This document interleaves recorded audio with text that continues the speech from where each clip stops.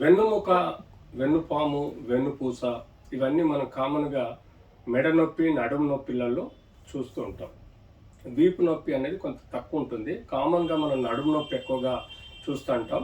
మెడ నొప్పి కొంత తక్కువ పర్సెంటేజ్ ఉంటుంది. వీపులో చాలా తక్కువ పర్సెంటేజ్‌లో నొప్పులు చూస్తుంటాం. సో, వెన్నుముక నొప్పిని మనం ప్రాపర్‌గా అసెస్ చేయడం, దాన్ని ప్రాపర్‌గా డయాగ్నోస్ చేయడం మోస్ట్ ఇంపార్టెంట్. సో, మనకు వెన్నుపూసలో గానీ, వెన్నుముకలో గానీ మనకు spondylosis, spondylitis, spondylolisthesis, osteoporotic wedge compression fractures, అలాగే ఇన్ఫెక్షన్స్ లైక్ ట్యూబర్క్లోసిస్ వలన గానీ, లేకపోతే బ్యాక్టీరియల్ ఇన్ఫెక్షన్ వలన గానీ సమస్యలు రావడం, డిస్క్ ప్రొలాప్స్ రావడం, అలాగే మనకు బోనీ ట్యూమర్స్ రావడం, స్పైనల్ కార్డ్ ట్యూమర్స్ రావడం, ఇట్లాంటి ఎన్నో వ్యాధులు చూస్తుంటాం. దీనికి తోడుగా మనం లుంబాగో అని మజిల్ స్పాజమ్ను కూడా చూస్తూ ఉంటాం. సో, ఇలాంటి పరిస్థితుల్లో మనం ప్రాపర్‌గా డయాగ్నోస్ చేయడం చాలా ఇంపార్టెంట్. సో, మనం ఎక్కువగా చూసిన వాటిల్లో యూజువల్‌గా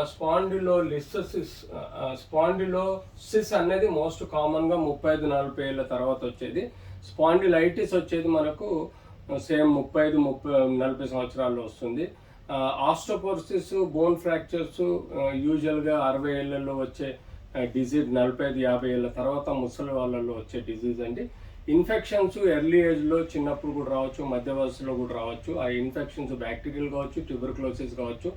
అంతేకాకుండా కీళ్ళవాతం ఏదైతే రుమటాయిడ్ కానీ, సోరియాటిక్ ఆర్థరైటిస్ కానీ, లేకపోతే గౌటీ ఆర్థరైటిస్ కానీ ఇలాంటి ఎన్నో రోగాలు వలన కూడా కీళ్ళల్లో, వెన్నుపూసలోని కీళ్ళు కూడా దెబ్బతిని మనకు సమస్యలు రావచ్చు. సో, బోన్ ట్యూమర్స్ అంటే బోన్ లోపల గడ్డలు. సో, మనకు ఎక్కువగా ఈ బోన్ లోపల గడ్డలు కూడా ఎక్కువగా మనం చూస్తూ ఉంటాం. అలాంటి గడ్డల్ని మనం దీన్ని క్యాన్సరా, నాన్ క్యాన్సర్ అన్నది మనం చూసుకోవచ్చు. క్యాన్సరు అక్కడి నుంచి డైరెక్ట్ వచ్చిందా, లేకపోతే ఇంకా ఇతరత్ర బాడీలో నుంచి ఇక్కడికి వచ్చిందా అనేది కూడా మనం పెట్ స్కాన్ ద్వారా తెలుసుకోవాల్సిన అవసరం ఉంది. సో, ట్యూమర్స్ ఇవన్నీ చూస్తూ మనం ముఖ్యంగా ఇది అసలు ఏ రకమైన ప్రాబ్లం అనేది మనం రూల్ అవుట్ చేసుకోవాలంటే బేసిక్గా ఆ యొక్క వెన్నుముక యొక్క పార్ట్ని మనం ఎక్స్రే తీయడం.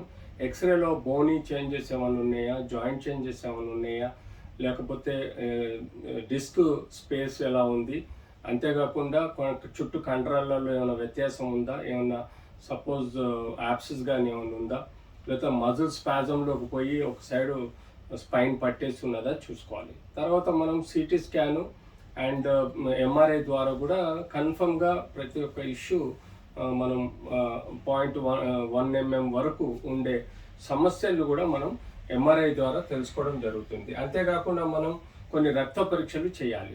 రక్త పరీక్షలలో మనం సిబిపి చేయటం వల్ల అది ఇన్ఫెక్షనా, నాన్ ఇన్ఫెక్షన్ అనేది తెలుసుకోవడం జరుగుతుంది. అలాగే ఈఎస్ఆర్, సిఆర్పి లెవెల్ చూసి ప్రోగ్రెసివా, రిగ్రెసివా, డిజీజ్ ప్రాసెస్ ఎలా ఉంది, దాని యొక్క మందుల ప్రభావం కూడా మనం తెలుసుకోగలుగుతాం. అంతేకాకుండా కొన్ని ఆల్కలైన్ ఫాస్ఫేట్ లాంటివి హెచ్చు తగ్గులు ఉంటే ట్యూమర్ కండిషన్లో మనకు వ్యత్యాసం తెలుస్తుంది. సో, కొన్ని రక్త పరీక్షలు మనకు కీళ్ళవాతము, రుమటాయిడా, లేకపోతే సోరియాటిక్ ఆర్థరైటిసా, లేకపోతే అది గౌటీ ఆర్థరైటిసా అనేది మనం తెలుసుకోవాల్సిన అవసరం బ్లడ్ టెస్ట్ ద్వారా తెలుసుకుంటాం. సో, ఎప్పుడైతే మనం మోస్ట్ కామన్గా మనం వెన్నుముక ప్రాబ్లంలో డిస్క్ ప్రొలాప్స్ అనేది కామన్ చూస్తాం. డిస్క్ అంటే ఇది ఒక స్పాంజీ విత్ లిక్విడ్ ఉంటుందండి. అది లైక్ మనం వెహికల్కి ఎలాగైతే షాక్ అబ్జర్వర్ ఉంటుందో దానిలో మధ్యలో ఆయిల్ ఉండి చుట్టూ ఆయిల్ సిల్ ఉంటుందో అలాగే డిస్క్లో కూడా మనకు ఇది ఆయిల్ ఉంటుంది. ఆయిల్ లాగా జెల్ అండి. దీని చుట్టూ మనకు ఈ యొక్క యాన్యులర్ రింగ్ ఉంటుంది. ఈ రింగ్ పగిలిపోవటం వల్ల, ఫైబర్స్ పగిలిపోవటం వల్ల కొద్దిగా బల్జింగ్, ప్రొట్రూజను, ఎక్స్ట్రూజను అండ్ సిక్వెస్ట్రైజేషన్ ఇలా 4 స్టేజెస్లో మనకు ఈ యొక్క టిష్యూ బయటకు వచ్చేసి పక్కనున్న నరాన్ని, ఇది వెన్నుపూస అండి, ఈ వెన్నుపూసను నొక్కడం వల్ల డిస్క్ ప్రొలాప్స్, పెయిన్ వచ్చే ఆస్కారం ఎక్కువగా ఉంటుంది. సో, మనము అలాగే తీసుకుంటే మనము ఈ ఎముకలలో ఇన్ఫెక్షన్ కానీ, డిస్క్లో ఇన్ఫెక్షన్, బ్యాక్టీరియల్ ఇన్ఫెక్షన్ అనుకోండి, ట్యూబర్క్లోసిస్ అనుకోండి, ఆ ఇన్ఫెక్షన్స్ వలన కూడా మనకు సమస్యలు ఏర్పడతాయి. దాని తగ్గట్టుగా మనం ట్రీట్మెంట్ ఇవ్వాల్సిన అవసరం ఉంటుంది. సో, ఇంకా స్పాండిలోసిస్ అంటే ఒక ఏజ్లో విటమిన్ డి, కాల్షియం తక్కువ ఉండటం వల్ల బోన్ క్వాలిటీ డిక్రీజ్ అవ్వడం, బోన్లో మెత్తబడడం, బోన్లు పగిలిపోవడం, వెజ్ కంప్రెషన్ ఫ్రాక్చర్స్ రావడం అనేది మనం ఆస్ట్రోపోరోసిస్లో చూస్తాం. సో మనం స్పాండిలోసిస్లో ఈ కామన్గా ఈ సమస్యలు చూస్తూ ఉంటాం. స్పాండిలైటిస్లో అంటే ఈ వెనకాల ఉండే ఈ జాయింట్స్ ఉంటాయి, ఈ రెండు జాయింట్స్ మనం ఒక ఎముక ఒక ఎముకకు అటాచ్డ్ ఉంటుంది. మనం ఇందులో తీసుకుంటే ఇదొక ఎముక జాయింట్, ఇది జాయింట్ అండి. ఈ రెండు ఎముకల్లో సపోజ్ ఫ్రిక్షన్ కానీ వేరెంటియర్ వల్ల అరిగిపోవడాలు, లేకపోతే ఇన్ఫ్లమేషన్ అవడం, ఇన్ఫెక్షన్ రావడం వల్ల కూడా స్పాండిలైటిస్ సమస్య వస్తుంది. దాన్ని పర్టికులర్గా డయాగ్నోస్ చేసి దానికి కావాల్సిన బ్రేస్ కానీ, పెయిన్ కిల్లర్స్ కానీ, లోకల్ ఇంజెక్షన్స్ కానీ, లేకపోతే ఇతరత్ర రెమెడీస్ ద్వారా మనం ట్రీట్ చేయాల్సిన అవసరం ఉంటుంది. స్పాండిలోసిస్ కాజ్ తెలుసుకొని దాని కాజ్ని ట్రీట్ చేయడం చేయాల్సిన అవసరం ఉంటుంది. సో ఇలా మనము ఈ వెన్నుపూస యొక్క సమస్యల్ని, వాటి యొక్క డిఫరెంట్ ప్రాబ్లమ్స్ని వేరియస్ ఇన్వెస్టిగేషన్ ద్వారా ప్రాపర్ డయాగ్నోస్ చేసి దాన్ని ట్రీట్ చేయాల్సిన అవసరం ఉంది. టైం చెప్తలేవు బాబు? ఇంకా కాలేదు సార్. ఎంత అయింది? 5:40 అయింది సార్. 6 అయింది. సరే,